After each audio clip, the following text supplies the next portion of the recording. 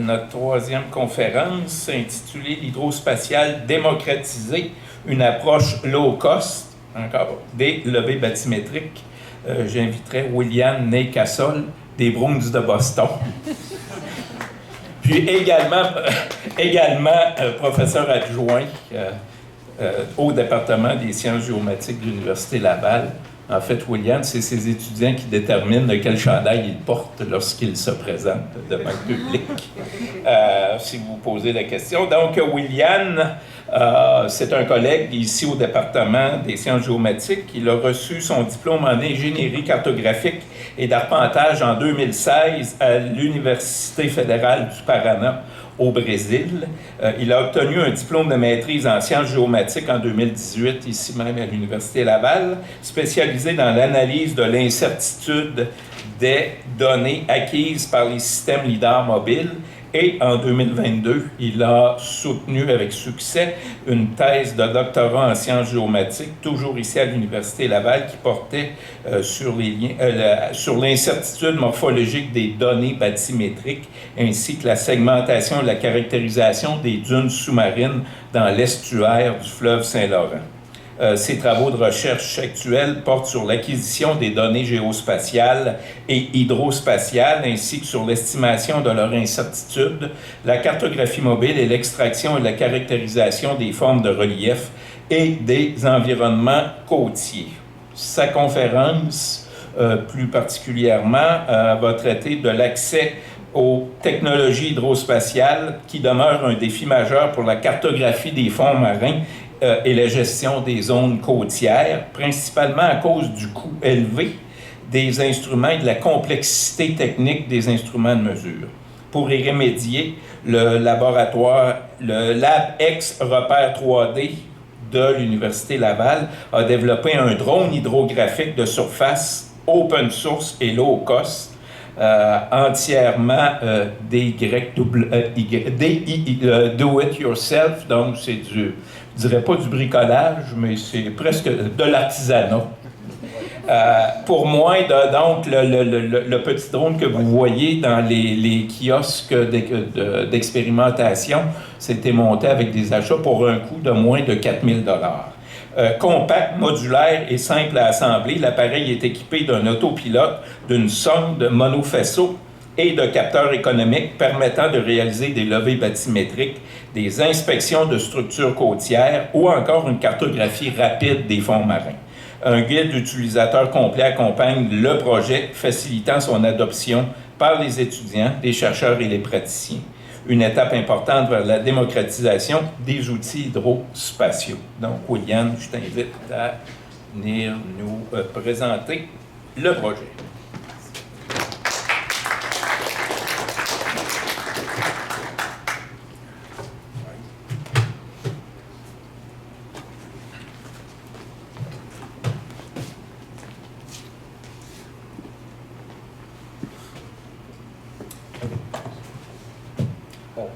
Bonjour tout le monde. Merci Francis pour l'introduction. Tu pourrais présenter la prochaine fois le projet, là. C'est super. Non, c'est ça, c'est un bon résumé. Alors, juste pour complémenter l'information, je ne savais pas que les Canadiens avaient perdu de 7-0 hier. Donc, c'était une petite provocation, mais pas une si grande provocation. Tu aurais mis le chandail des Stars de Dallas. Sûrement. Donc, voilà. Mais blague à part, je suis aujourd'hui ici pour vous présenter les avancées sur l'hydrospatial do-it-yourself qu'on développe depuis maintenant 3 ans au laboratoire Repère 3D de l'université, du département de sciences géomatiques. Je présente toujours les projets, mais ce n'est pas juste moi qui le fais. D'ailleurs, c'est moi peut-être la personne qui est le moins impliquée dans le développement en soi du projet. Il y a toujours des étudiants qui sont derrière, des différents départements. Présentement, il y a Benoît Audet qui est du département génie électrique ou génie informatique qui travaille sur le projet pour l'intégration d'une caméra sur les drones, donc qui est en développement continu. Il a commencé en fait à être développé en 2023, donc dans la première session que je suis entré à titre de professeur à l'université, un peu comme un défi lancé par Groupe Océan. Mais j'y reviens un petit peu plus tard sur l'historique. Alors, comme disait Francis dans l'introduction, l'acquisition des données géospatiales s'est beaucoup démocratisée dans les dernières années. Si on se rappelle, il y a 10 ans, on a commencé à parler de drones. On avait encore des drones qui étaient lancés par une catapulte un peu, puis on croisait les doigts pour qu'ils reviennent. C'était un peu comme ça qu'ils fonctionnaient. Sinon, si on recule il y a 20 ans, la photogrammétrie était encore faite par avion, hélicoptère, ainsi de suite. Donc, depuis vraiment 7-8 ans, on a commencé à parler de drones vraiment utilisables dans les quotidiens professionnels. Et depuis 5 ans, là, on a des drones, mais 5, plus 7-8 ans, on a des drones vraiment low cost, utilisables dans les quotidiens professionnels, notamment des arpenteurs géomètres et tous les mondes du génie. Donc, on a on a présentement des drones de 400 $ qu'on peut utiliser, les 4 000 $, de 10 000 $, 20 000 $, 5 000 $, 300 000 $. Ils font essentiellement la même chose, c'est acquérir de la donnée géospatiale. La différence, c'est la qualité, la densité, et ainsi de suite. Ce qui est beaucoup plus lent dans les contextes hydrospatials. Donc, dans les contextes hydrospatials, la démocratisation, elle s'en vient, mais beaucoup plus lentement. Donc, on a encore des navires de recherche, des bateaux de recherche de l'université. On avait un navire de recherche, que c'était l'Illuyen Mohamelin, justement. Présentement, je crois qu'il est chez Réformar. Mais ça coûte vraiment cher de mobiliser une équipe de recherche sur le terrain pour faire l'acquisition d'une journées, une dizaine de journées, par exemple, sur le fleuve. Ça peut s'élever à quelques dizaines de milliers de dollars pour l'acquisition de données. Donc, on a eu cette démocratisation, mais elle est vraiment plus lente, notamment du côté logiciel, données ouvertes. Donc, les données sont encore en format propriétaire, difficilement exploitables si on ne passe pas par les logiciels des différents fabricants. Cela ne veut pas dire que les gens ils pensent pas dans le développement de nouvelles plateformes, de nouveaux logiciels, de nouveaux types de données qu'on peut utiliser. Ça se fait. Les premiers drones, justement, là je reviens à Groupe Océan, a été développé par Marius Romy, qui aujourd'hui, je crois, qui est directeur d'opération chez Groupe Océan. Je ne sais pas toute l'histoire, mais durant la COVID, je crois qu'il s'ennuyait un peu chez lui. Il a fait un drone, donc les premiers drones en haut.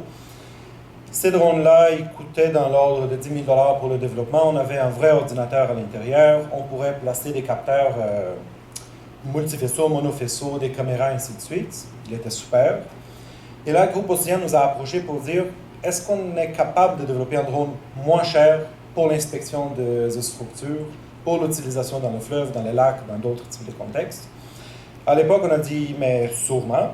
Donc, on a eu un premier projet qui a été financé justement pour explorer la faisabilité d'un drone low cost. On s'était alors fixé une barrière de 3 000 $ à l'époque, qui a été respectée. Et là, dans la littérature, on a retrouvé, par exemple, les drones plus bas. Il y avait des développements des drones low cost dans la littérature. D'ailleurs, il y en avait quand même pas mal de drones qui ont été développés. Les grands problèmes étaient la formalisation de comment il a été développé, comment assembler les capteurs. Donc, il y en avait plusieurs qui ont été faits, mais jamais en données ouvertes, en solution ouverte. Donc, on restait vraiment dans l'étape de bricolage. Quelqu'un chez lui qui développait un drone, il présentait dans un technical paper. Alors, nous, on s'était dit, c'est ça qu'on veut faire, mais maintenant, on veut formaliser les étapes d'assemblage, de montage, faire une liste d'épicerie où il faut acheter, qu'est-ce qu'il faut acheter, qu'est-ce qu'il faut faire attention pour arrêter de sauter des Raspberry Pi et ainsi de suite. Donc, on est allé de l'avant. On a une première étudiante, justement, en 2023, qui a travaillé 6 mois sur le projet. Elle a réussi à faire le premier prototype. Donc, là, je vous présente un peu les contraintes actuelles du projet. Ça a évolué un peu, puis ça a déjà évolué présentement, parce qu'ici, je parle que notre budget total était de 3 500 $ canadiens. Ça, c'était vrai jusqu'au l'été. Maintenant, c'est 4 000 à cause de notre ami qui n'arrête pas d'imposer des tarifs au Canada. Donc, nous sommes rendus de 3, on a monté à 4 000. Pour les achats aussi qu'on ne peut plus faire chez Amazon, par exemple. Les poids, au départ, on parlait de 10 kg. On est passé maintenant à 15 kg. Les drones qu'il y a, ils pèsent 12 kg sans le petit poids de contrebalancement en avant. Pourquoi un poids de 10 kg? Mais parce que moi, j'ai aucun problème à traîner 10 kg. Mais l'étudiante à l'époque, pas mal plus petite que moi, elle avait du mal à prendre les drones et à porter au bord du lac. Donc, on s'était dit, c'est peut-être la réalité de plusieurs utilisateurs. C'est pas toujours William qui va amener les drones jusqu'au lac. Donc, on a réduit les poids parce qu'au départ, on avait pensé à 20 kg. On dit, bon, 20 kg, c'est quand même très lourd. On voulait aussi une autonomie d'au moins 1 heure. On va parler un peu plus tard. On a largement dépassé l'autonomie d'1 heure qu'on souhaitait au départ. On voulait les stabilités au vent modéré parce qu'on ne voulait pas qu'on mette un drone à l'eau et qu'il vire tout le temps.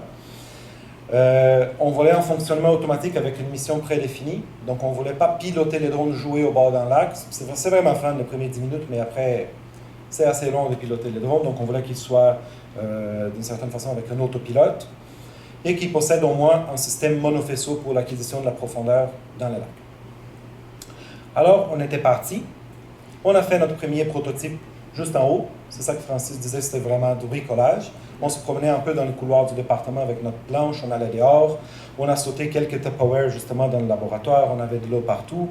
Donc, lui, il n'a jamais été souhaité pour qu'il soit le prototype final ou les drones à développer. On voulait juste comprendre comment on pourrait intégrer les capteurs. Et comme vous voyez, on avait pas mal de Tupperware, parce qu'on a compris vite qu'on créait des boîtes de Faraday, donc il fallait isoler des composantes, parce qu'on avait de l'interférence électromagnétique, ainsi de suite. Donc c'était vraiment un prototype de test. Qu'à la fin, on s'est rendu compte qu'il était très performant. Donc aujourd'hui, à refaire, peut-être qu'on reviendrait peut-être dans une planche de bodyboard à cause de son stabilité. Ensuite, on est passé à l'Océan Repère 1. C'était le livrable de la première étudiante, justement. Donc, c'est celui du milieu. Lui, il coûtait 2 980 $ à être produit. On avait une boîte de théodolite recyclée, plein d'aluminium recyclé. Pourquoi? Mais parce qu'on n'avait juste pas de budget pour acheter d'autres choses pour continuer les projets. Mais elle a fonctionné super bien. Donc déjà là, on a adapté l'idée, on a passé du bodyboard en catamaran pour être plus stable dans le contexte du vent et de vagues. Donc a priori, pour être utilisé sur le fleuve. Et on avait déjà établi une communication radio pour faire des missions en autopilote. Donc à la fin, celui du milieu, on a réussi à faire la cartographie d'un lac en dans les 6 heures de façon autonome. Et maintenant, nous sommes rendus à l'Océan Repère 2, que c'est exactement celui qui est dehors. La préoccupation entre l'Océan Repère 1 et l'Océan Repère 2, c'était la reproductibilité. Les premiers étaient difficilement reproductibles. Les deuxièmes, le Service hydrographique du Canada, il a su de notre projet. Il dit on trouve ça super, surtout pour les communautés éloignées ou les communautés, des associations qui prennent soin des lacs, ainsi de suite. Donc, ils ont financé cette deuxième étape pour formaliser et assurer une reproductibilité du projet. C'est là que Benoît Audet, justement, est embarqué avec moi sur le projet. Et là, on a essayé de faciliter l'intégration des capteurs et faire une documentation assez exhaustive, mais claire. Donc, pas mettre toutes les étapes, mais que ça soit clair pour quelqu'un comment assembler un drone. Et parmi les préoccupations, on a justement développé donc un PCB, un circuit imprimé pour la partie do it yourself. Donc, au lieu de se casser la tête à comment on va souder tous les capteurs ou les petits câbles, on s'était dit qu'on allait faciliter ça. Benoît a conçu, développé la plaque. On a rendu les fichiers, donc tout maintenant est sur le site du laboratoire avec les codes QR. Même le projet des PCB il est là, donc vous avez qu'à drag and drop sur un site chinois, parce qu'on n'a pas trouvé un canadien, et il va livrer chez vous. Donc c'est comme ça qu'il fonctionne, on donne tous les fichiers. Donc on a notre circuit imprimé, on a une sonde monofaisceau Ping2, donc c'est pas la haute gamme des capteurs, parce que justement il coûte juste 3 000 $.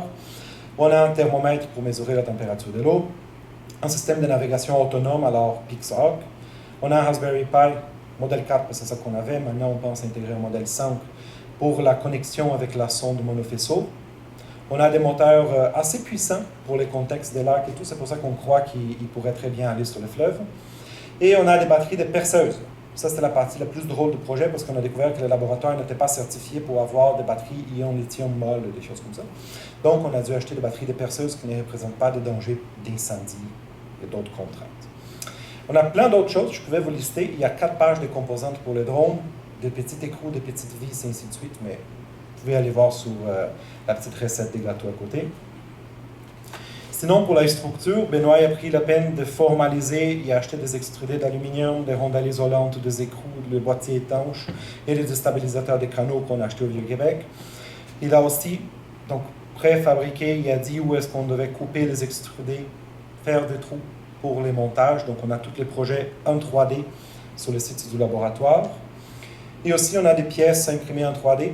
On a aussi des projets. Donc, quelqu'un qui a une imprimante 3D, 4 000 $ chez soi, vous pouvez fabriquer les drones sans aucun problème avec les pièces imprimées en 3D. Pour la fixation des capteurs et pour les structures. Donc, comment investir, comment bien emboîter les tout. Et je laisse toujours l'image du protecteur d'algues sur le moteur, parce que dans les premiers essais, on ne s'est jamais vraiment préoccupé avec les algues, jusqu'au jour où le drone il était coincé au milieu d'un lac. Et là, qu'est-ce qu'on fait? il faisait 5 degrés, il ventait. On s'est regardé, on dit, qui rentre dans l'eau? Je dis, mais moi, je suis le professeur. Puis là, il dit, moi, je ne sais pas nager. Je dis, bon. Mais finalement, on a réussi à ramener les drones. Il est revenu. Là, on a dit, bon, mais il va falloir qu'on protège les drones contre les algues. C'était les premiers pas, donc l'étudiant il a compris ça tout de suite. Il a trouvé un projet qui était déjà fait en ligne pour la protection contre les algues. Là, on continue à améliorer. Peut-être la prochaine étape, c'est mettre un autre type de protection contre les algues plus fines, mais bon, ça fonctionne très bien. Et là, pour la journée SIG, c'est super parler du capteur, mais qu'est-ce qu'on fait avec ça? On a commencé à acquérir de la donnée. On pensait faire plus de tests cet été. On a eu quelques difficultés techniques dans justement le fonctionnement. C'est réglé maintenant, mais là, maintenant, il fait froid. Donc, on ne peut plus aller faire l'acquisition. Ça va attendre l'été prochain pour faire d'autres acquisitions. Mais déjà là, on a réussi à faire des tests dans une piscine intérieure, donc la piscine du PEPS. On a fait des tests dans une piscine extérieure, justement, d'une responsable de travaux pratiques et de recherche du département. Et on a fait des tests au lac de l'Aqueduc, donc un petit lac très proche du lac Saint-Charles et au lac Saint-Charles chez Agiro. Il fonctionne très bien. Avec ses limitations, bien sûr. Donc, le drone, il acquiert dans sa forme présentement de données XY pour la trajectoire, des angles de navigation, la température de l'eau et la profondeur. Donc, on peut faire la cartographie des lacs avec une sonde monofaisceau. Ah oui, j'ai oublié de partir de la vidéo. Donc, ça, c'est la dernière acquisition que nous avons faite sur le lac Saint-Charles. C'était en mai ou juin de cette année. Puis, le drone est assez brusque pour acquérir des images parce qu'il ventait vraiment beaucoup. Donc, j'aurais pas dû décoller le drone pour prendre des images, mais j'ai dit, ça va être vraiment beau. Donc, on a quand même décollé, c'est pour ça que la vidéo n'est pas si belle, mais ça montre qu'il fonctionne sur un lac dans un contexte réel et on a réussi à acquérir de la donnée assez facilement. La donnée exploitable que nous avons, c'est quand même encore les tests que nous avons faits dans la première année du projet au lac de l'Aqueduc avec notre prototype. Donc, on avait un lac avec environ 23 000 m², avec sa plus grande distance de 350 mètres, donc nord-sud. Et on avait une profondeur maximale de 4 mètres. Pourquoi qu'on a choisi ces lacs-là? C'était, à l'époque, c'était le seul lac qu'on avait facilement accès proche de l'université. On s'entend qu'il y a des lacs à la forêt Montmorency, mais ça prend au moins 1 heure de déplacement. Celui-ci, ça prenait 20 minutes. Donc, on a fait de lever là. On n'avait pas encore une entente avec Agiro, donc c'est pour ça que nous ne sommes pas allés au lac Saint-Charles. Et à la fin, nous avons acquis donc, ces données-là en 6 heures d'acquisition. Mais je tiens à vous dire que les 6 heures ont pris 10 jours. Pourquoi? Parce que justement, à un moment donné, on a perdu le drone au milieu du lac. Ensuite, à un moment donné, les drones, il a décidé qu'ils ne voulaient plus partir. Après ça, les drones... ah oui, il y a une journée qu'on a tout réglé, on a parti, il faisait noir, donc on est parti. On a plein de petites histoires, mais ça a pris 6 heures totales de temps d'acquisition. Aujourd'hui, on est convaincu que le drone va fonctionner 6 heures sans aucun problème. On a testé la batterie d'ailleurs. On a vu qu'elle tient plus que 3 heures, puis on n'a pas réussi à les épuiser. Donc pour l'acquisition autonome, ça serait super sur un petit lac. Et pour les produits cartographiques, donc, on a généré, au-delà de la carte d'acquisition, on a généré un modèle 3D. Ce qui a été grandement apprécié pour les gens qui habitaient autour de ces petits lacs-là, parce que quand nous sommes arrivés, mais pas autour parce que c'est un lac protégé, mais proche d'eux, on avait demandé c'est quoi la profondeur. Et tout le monde a dit on ne sait pas. Je dis, OK. Environ, ils nous ont dit environ 2 mètres. Bon, c'est pas 2 mètres, c'est environ 4 mètres. Donc, on a pu confirmer la configuration. Donc, c'était lac de l'Aqueduc. Pourquoi? Parce que c'est un réservoir d'eau dès l'ancienne ville de, je ne sais pas laquelle, municipalité proche de lac Saint-Charles. Donc, ça a effectivement la forme d'un bassin. Ici, au sud, on a justement un barrage. On le voit très bien. On m'a dit qu'ils justement, ils ont détruit le barrage récemment. Donc, ça serait intéressant de retourner faire la cartographie de ces lacs-là. Et comme conclusion, donc, le coût final, comme je dis, il était à 3 500. Aujourd'hui, pour le reproduire, on est à 4 000 $. On a réussi à intégrer donc, le système monofaisceau. Ça fonctionne super bien. Et l'intérêt, c'est qu'il est modulaire. Donc, c'est-à-dire qu'on n'a pas un seul circuit pour le fonctionnement du bateau complet. On a un circuit pour le fonctionnement du bateau, un autre circuit pour le fonctionnement de la sonde. Et présentement, on est en développement d'un circuit, un troisième indépendant pour une caméra. Je viens de parler avec Christian, je ne sais pas s'il est encore dans la salle, mais on avait parlé d'éventuellement mettre un 4e circuit pour un système LIDAR mobile. Ça serait très intéressant comme idée. Donc, il fonctionne dans des eaux peu profondes. C'est là le grand intérêt. L'intérêt, c'est jamais d'envoyer ces drones-là au milieu de l'estuaire du fleuve. Il n'y a pas vraiment de sens à le faire. On pourrait essayer, mais il y a de grandes chances qu'il ne retourne plus jamais. L'intérêt, alors, c'est vraiment d'utiliser dans des petites baies, par exemple le port de Québec, on pourrait l'utiliser. On a l'intérêt justement de mettre une caméra en avant pour faire l'inspection de l'infrastructure portuaire, faire l'inspection de barrage, aller faire la cartographie dans des lacs au nord où on n'a aucune idée c'est quoi la profondeur. On s'entend, 3 000 $, donc la qualité n'est pas la qualité du siècle, mais pourrait nous donner une idée de la configuration du fond des différents corps d'eau. Comme je disais, on a une autonomie supérieure à 3 heures, mais on soupçonne que ça peut aller à 5-6 heures avec les batteries qu'on a. Très important pour ces moteurs-là, c'est qu'on va éviter la pollution de l'eau et du bruit parce qu'on utilise des moteurs électriques et non pas de moteurs à combustion. Donc, il est bien reproductible, bien documenté. Alors, les perspectives, j'ai déjà brûlé quelques-unes, mais ce qu'on essaye de faire, c'est l'intégration géométrique des capteurs maintenant, parce que présentement, il n'est pas calibré. On avait un prototype, maintenant on commence à avoir une version finalisée, donc on va sortir une procédure de calibration et intégration géométrique donc des capteurs. On a besoin d'estimer l'incertitude des données. On a déjà fait 2 estimations d'incertitude. On était à environ 5% de la profondeur. C'est super pour 3 000 $, mais pas super dans le contexte de la bathymétrie. Il faudrait faire une estimation un petit peu plus rigoureuse. On pourrait donc utiliser, surtout dans les contextes de bathymétrie communautaire, donc les différentes communautés, associations et les différents professionnels qui en ont besoin juste pour une idée de qu'est-ce qu'ils vont traiter. Par exemple, est-ce qu'on peut passer avec un bateau qui va effectivement faire enlever de ces lacs-là où il y a des dangers. Ça pourrait être une très bonne réponse. Donc, on fait des tests cet automne. La fin de semaine passée, justement, l'étudiant a fait une sortie au lac Saint-Charles. Il m'a envoyé des messages en me disant « Je vais rentrer, il fait trop froid. » Super, rentre, il fait trop froid, effectivement, il neigeait. Donc, on a arrêté les tests pour l'automne, mais on va faire plein de tests l'été prochain. Puis, la prochaine étape, c'est justement l'intégration des différentes caméras pour l'inspection de l'infrastructure portuaire. Alors, je remercie surtout nos partenaires, donc Comitax, Groupe Océan, les Services géographiques du Canada, et tout le monde qui a contribué au projet, qui n'est pas sur la diapositive, mais ils sont mentionnés sur le site du laboratoire Repère 3D. Et à vous qui m'avez écouté aujourd'hui. Merci beaucoup.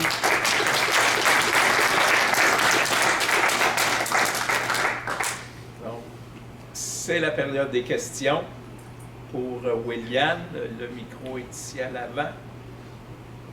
Oui. Bonjour, William.